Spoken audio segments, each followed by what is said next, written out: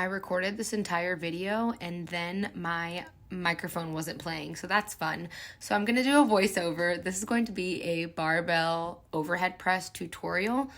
So I'm gonna show you kind of how to set it up and go through the motions. I like to use a barbell rack if I can. So you obviously don't have to use a barbell rack.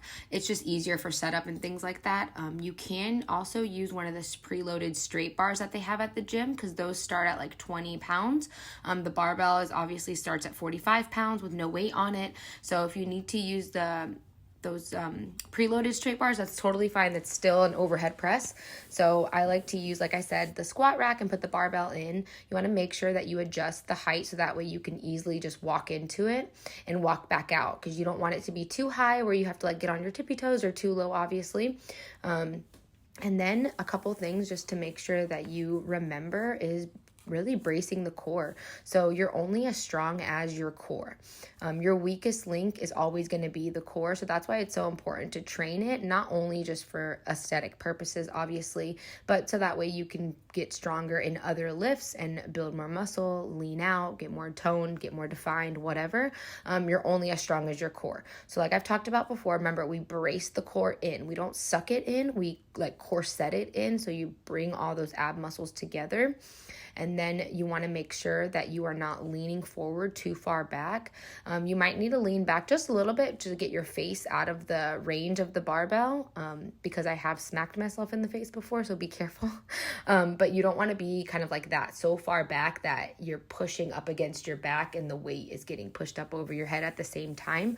That's going to create a lot of problems. So what you can do is focus on strengthening those deep core muscles with things like planks or twists or crunches or whatever, and also lighten the load that you're doing. If you are having to push yourself back so far, that means your core is not strong enough for that weight. So you don't want to push through it. You want to lighten the load and work with that range as you strengthen the core at the same time.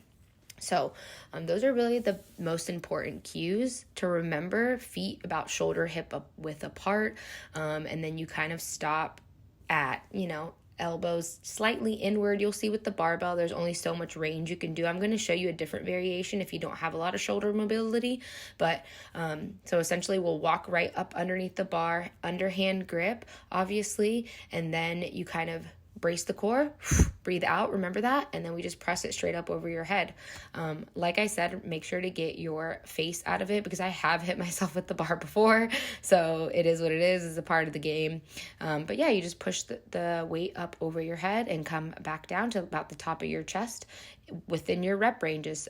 See what works for you.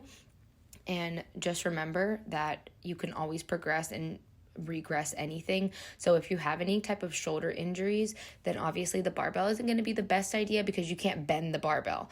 So you want to protect those shoulders always. So there's another variation. You can use dumbbells for an overhead press, very similar thing. You just kind of bring the elbows in a little bit to protect the shoulders.